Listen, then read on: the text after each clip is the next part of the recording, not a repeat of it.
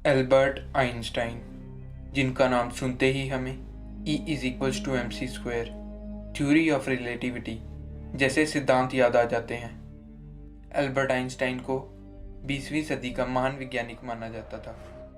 Albert Einstein ही एक ऐसे वैज्ञानिक थे जिनकी वजह से हम स्पेस और ग्रेविटी जैसे कंसेप्ट को समझ पाए। एल्बर्ट आइंस्टाइन की ही वजह से हम टाइम ट्रैवल जैसे मज़ेदार विषय की कल्पना कर सके हैं। अगर एल्बर्ट आइंस्टाइन नहीं होते तो शायद ही हम ये जान पाते कि समय क्या है। आज की वीडियो में हम ऐसी ही एक एल्बर्ट आइंस्टाइन की थ्योरी के बारे में जानेंगे जो आपकी सोच को बदल कर रख देगा। ये थ्योरी है स्पेशल थ्योरी ऑफ रिलेटिविटी। अगर ये थ्योरी नहीं होती तो शायद ही आज हम GPS का भी इस्तेमाल कर पा रहे होते। जब एल्बर्ट आइंस्टाइन छोटे थे तो वह सोचा करते थे कि प्रकाश पर बैठने पर हमें ये दुनिया कैसी दिखेगी, और उन्होंने इसी प्रश्न का उत्तर अपनी स्पेशल थ्योरी ऑफ रिलेटिविटी के माध्यम से ढूंढा। तो दोस्तों, आज की वीडियो में हम जानेंगे एल्बर्ट आइंस्टाइन की स्पेशल थ्योरी ऑफ रिलेटिविटी के बारे में। तो चलिए दोस्तों, शुरू करते हैं हम आज की वीडियो को।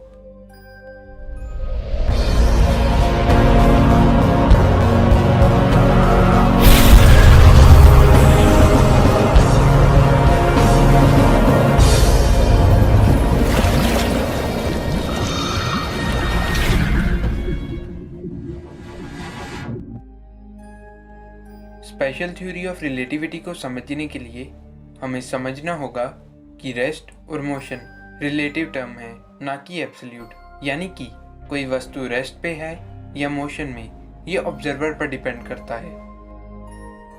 समझने के लिए एक उदाहरण मान लीजिए कि आप एक प्लेटफॉर्म पर खड़े हैं और उसी समय आपके सामने से एक ट्रेन गुजरती है जिसकी रफ्तार 40 किलोमीटर प्रति घंटा है।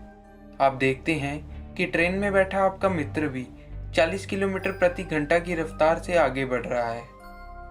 लेकिन उसी समय ट्रेन में बैठा आपका मित्र ये ऑब्जर्व करता है कि ट्रेन में अन्य व्यक्ति भी बैठे हैं और उनकी स्पीड 0 है, या कहें वह रेस्ट पे हैं। अब एक प्रश्न सामने आता है कि कौन सही है, आप या ट्रेन में बैठा आपका वह मित्र? तो दोस्तों, मैं आपको बता दूं कि आप दोनों ही अपनी अपनी जगह सही हैं। दोस्तों, इस उदाहरण से हमें ये पता चलता है कि मोशन और रेस्ट रिलेटिव टर्म है, यानी कि ये ऑब्जर्वर पर डिपेंड करता है कि वह उसे रेस्ट से देख रहा है या मोशन से। जैसे कि इस समय आप रेस्ट पे हैं, लेकिन स्पेस में बैठा कोई एस्ट्रोनॉट ये कहेगा कि आप मोशन में हैं, क्योंकि पृथ्वी सूरज के चक्कर लगा रही है। जैसे कि पृथ्वी से सूरज को देखने पे वह रेस्ट पे लगता है, लेकिन सूर्य समेत हमारी गैलेक्सी के अन्य तारे भी सेंटर ऑफ द गैलेक्सी के चक्कर 7 लाख किलोमीटर प्रति घंटा की रफ्तार से लगा रहे हैं। दोस्तों, अब तक हम ये जान चुके हैं कि मोशन एक रिलेटिव टर्म है, लेकिन एल्बर्ट आइंस्टाइन को समस्या तब हुई जब उन्हें पता चला कि स्पीड ऑफ लाइट कांस्टेंट है, क्योंकि माइकल सेनन मोरले एक्सपेरिमेंट ने यह प्रूव कर दिया था कि लाइट एक इलेक्ट्रोमैग्नेटिक वेव है और इसे ट्रैवल करने के लिए कोई भी ईथर नाम के मीडियम की आवश्यकता नहीं पड़ती है। यानी कि speed of light 3 lakh kilometre प्रति सेकंड कांस्टेंट है, चाहे आप इसे रेस्ट से देखें या मोशन से, ये हमेशा 3 लाख किलोमीटर प्रति सेकंड ही रहेगी। आइए इसे उसी ट्रेन वाले उदाहरण से समझते हैं। इस बार आप मान लीजिए कि आपका मित्र 10 किलोमीटर प्रति घंटा की रफ्तार से ट्रेन की दिशा में दौड़ने लगता है। तो आप प्लेटफॉर्म पर खड़े ये पाएंगे कि आपके मित्र की गति 50 किलोमीटर प्रति घंटा हो गई है, क्योंकि ट्रेन की गति और आपके मित्र की गति आपस में जुड़ जाएंगी। एक बार फिर आप मान लीजिए कि आप एक प्लेटफॉर्म पर खड़े हैं। इस बार आपका मित्र ट्रेन की ही डायरेक्शन में एक फ्लैशलाइट को ऑन करता है। इस बार रिलेटिव मोशन के चलते आपको फ्लैशलाइट की गति speed of light plus speed of train के बराबर दिखनी चाहिए। इसका मतलब स्पीड ऑफ लाइट कांस्टेंट नहीं है, लेकिन माइकल सेनन मोरले एक्सपेरिमेंट ने तो ये प्रूव किया था कि स्पीड ऑफ लाइट कांस्टेंट है, यानी कि यहाँ कुछ तो है जिसे ठीक करने की आवश्यकता है। तो दोस्तों, मैं आपको बता दूं कि एल्बर्ट आइंस्टाइन ने इसी प्रॉब्लम का सलूशन अपनी स्पेशल थ्योरी ऑफ रिलेटिविटी के माध्यम से बताया है। तो आइए जानते हैं कि वह क्या है। जैसे कि हम ये जानते ही हैं कि speed is equals to distance upon time होता है। इसका मतलब स्पीड ऑफ लाइट को कांस्टेंट रखने के लिए हमें डिस्टेंस और टाइम को वेरी करना होगा। तो एल्बर्ट आइंस्टाइन ने इसे टाइम डायलेशन और लेंथ कॉन्ट्रैक्शन से समझाया है। उन्होंने बताया कि जैसे जैसे कोई बॉडी स्पीड ऑफ लाइट को अप्रोच करती है, वैसे वैसे उसके लिए समय धीमा होने लगता है और साथ ही साथ उस बॉडी की लेंथ कॉन्ट्रैक्ट होने लगती है, या कहीं उस बॉडी की लेंथ छोटी हो जाती है। आइए इसे एक उदाहरण से समझते हैं। मान लीजिए कि आपके पास एक लाइट क्लॉक है जिसकी दोनों तरफ एक एक मिरर लगा है और लाइट उन दोनों मिरर के बीच बाउंस कर रही है। मान लीजिए कि d distance between two mirror है और t time taken to travel distance d है। अब मान लीजिए कि ऐसी ही एक लाइट क्लॉक आपके दोस्त के पास भी है जो किसी स्पेसशिप में बैठकर किसी वेलोसिटी के साथ ट्रैवल कर रहा है, यानी कि लाइट क्लॉक भी उसी स्पीड से उसी डायरेक्शन में मूव करेगी जिस डायरेक्शन में आपका दोस्त मूव करेगा। अब आप देख सकते हैं कि लाइट को पहले से ज़्यादा डिस्टेंस ट्रैवल करना पड़ रहा है, यानी कि स्पीड ऑफ लाइट को कांस्टेंट रखने के लिए टाइम को वेरी करना होगा, क्योंकि speed is equals to distance upon time होता है।